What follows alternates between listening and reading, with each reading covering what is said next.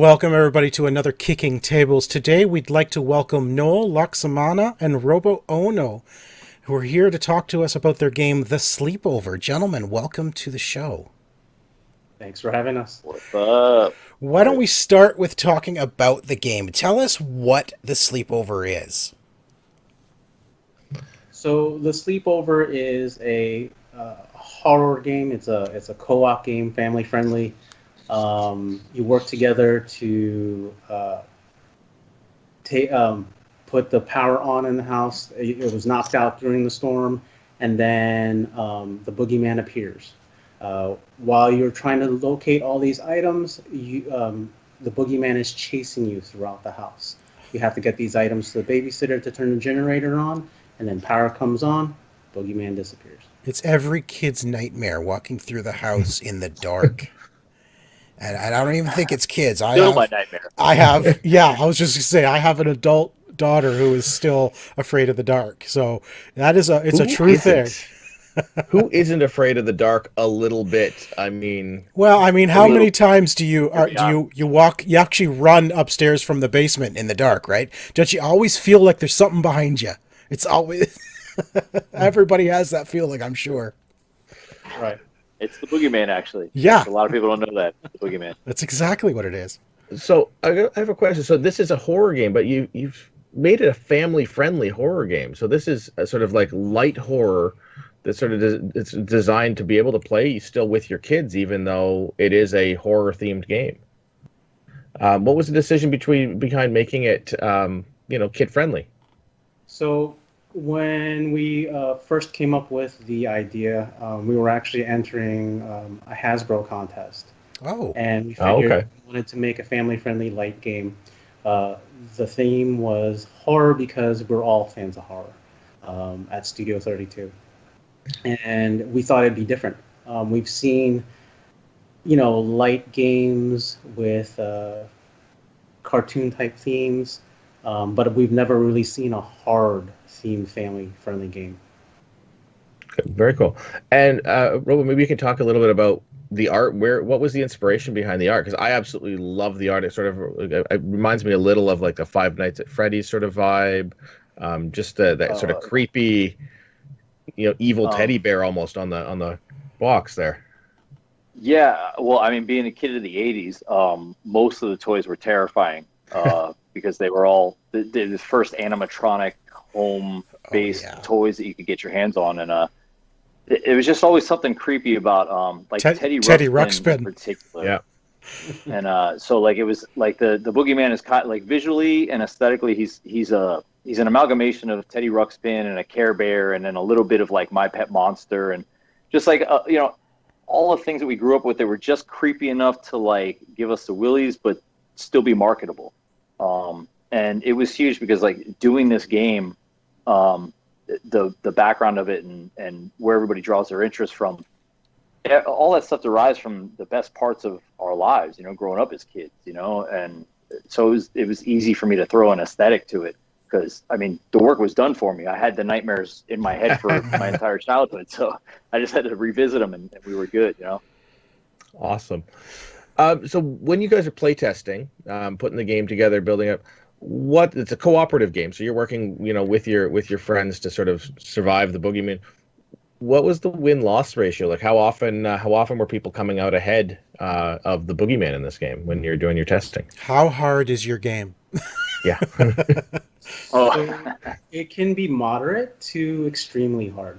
Okay. I died on the first card flip one game. No, really? Yeah. Oh no, and not just died, but I killed everyone. I killed everybody in the game with the first card flip. So, it can go that quickly, but there's also like longevity to it too, depending on how the cards play. Wow. So how did that happen? Like what would kill you on the first turn? What scenario happens in the game to make that happen? I don't know. I think Noel shuffled that game. Noel, you want to tell him? So we have an immediate action card that actually calls the Boogeyman into the room, and if all of you are in the same room at the same time and you all go to the basement, it's game over.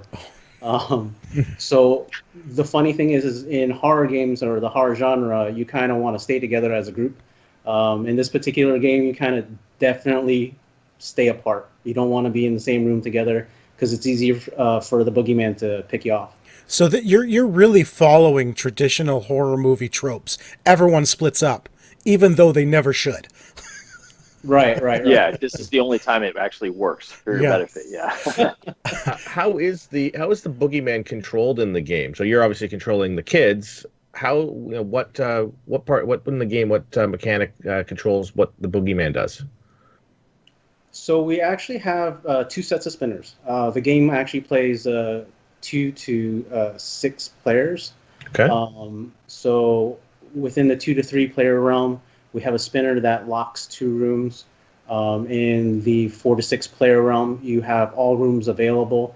After your first round, when everybody has already gone, each player, after their 2 actions, has to spin the boogeyman. And the spinners work as a placeholder, so you know whose player's turn it is. So, for instance, if Robo Ohno, for instance, it was his turn, he did his 2 actions, he spun the boogeyman. Wherever that spinner lands on is where the boogeyman heads to. If you were unfortunate enough to be in that room, then you get dragged into the basement and you have to leave a life chit behind. The funny thing is that you see after a while, you see tons of life chits just showing up on the board. The bodies are piling. What were some of the during your playtesting? Obviously, as you developed this game, what did you find anything about the game difficult to balance?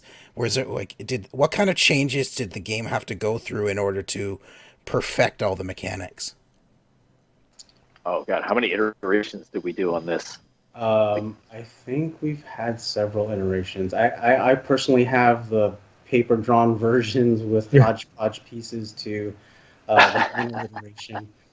We have printed versions. We've had tons of versions. I think I have like 5 or 6, to be honest.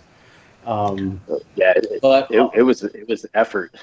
Yeah. yeah, definitely. But the game mechanics surprisingly came together smoothly.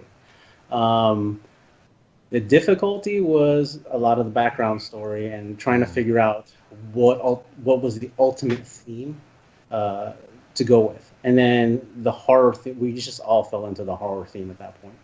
Right. Now, was there other? Were you thinking of other themes to begin with then, before you nailed the horror theme, or was it sort of the boogeyman theme that came later? When you said when you nailed the theme, what other themes were you thinking of?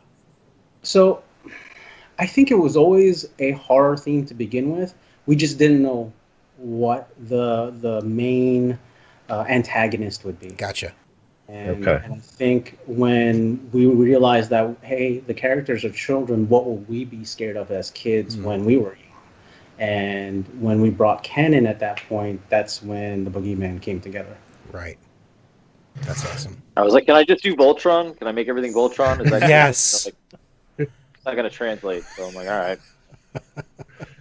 Useless. That isn't a good idea for a game eventually, though. Voltron, I think, would do well. But so the Sleepover, you mentioned on your site that it never plays the same way. The replayability, how does the game differ from play to play? How are you going to get different outcomes each time you go through? I think in that aspect, it's how the players play. Whether your group of friends like to play with each other, or they like to troll each other. You're either going to help each other out, or you're going to find a way to screw each other in the process. So it does change.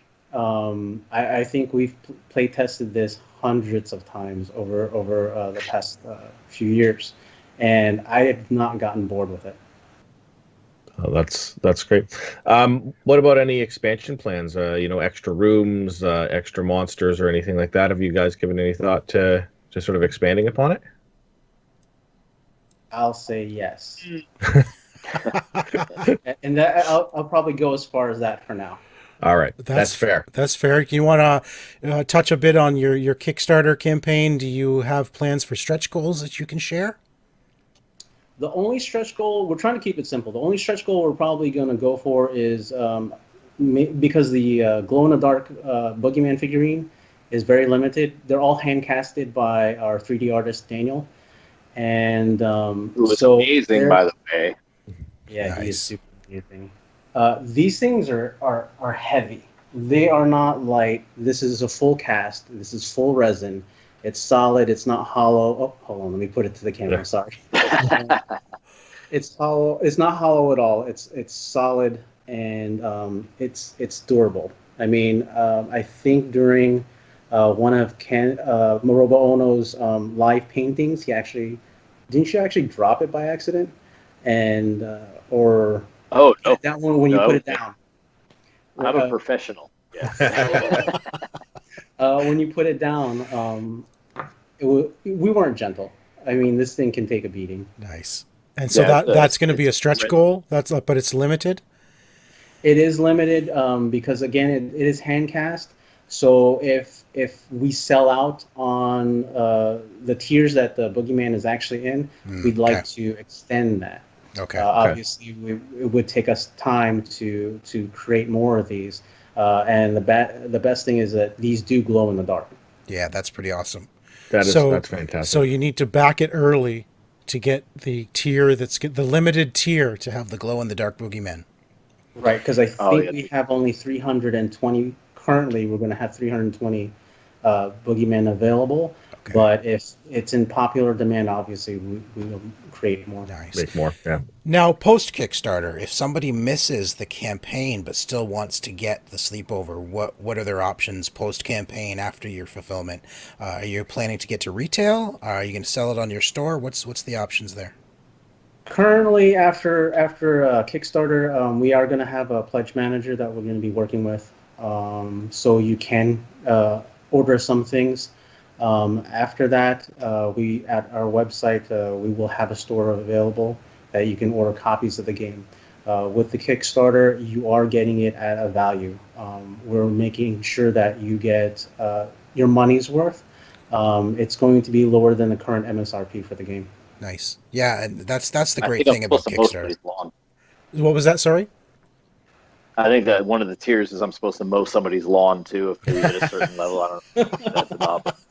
Oh. I just signed it. I was like, whatever. Okay, yeah, check it. Okay, cool. And then You guys- after but you you mow come up their and do after Canadian you lawns too. yeah, Canadian law. It doesn't matter anywhere in the world. Is that Sure. As long as it, the gas is metric up there, right? Like, Throw in some poutine, I'll be up there. Oh, perfect. We got plenty of poutine Deal, here. So Kickstarter goes live very soon. So check the link in the description below. Click on that link. Get in on that tier to buy the tier with the special edition Boogeyman glow in the dark. Gentlemen, good luck on your campaign. We wish you all the best, and we really appreciate you taking your time and talking with us tonight. Thank you, and thank thank you. you. Thank you to your viewers too for taking the time to, give us the opportunity. So we appreciate that. Thank you. Good luck with you. All right. Appreciate it. What's up, everybody? This is Robo Ohno from Studio 32. We want to thank you so much for checking out our game. Please check out the Kickstarter if you get a chance when it launches. We're super excited about this to get it in front of everybody. And most importantly, subscribe to OMG Nexus. They're amazing, and you need them in your life. Do it now.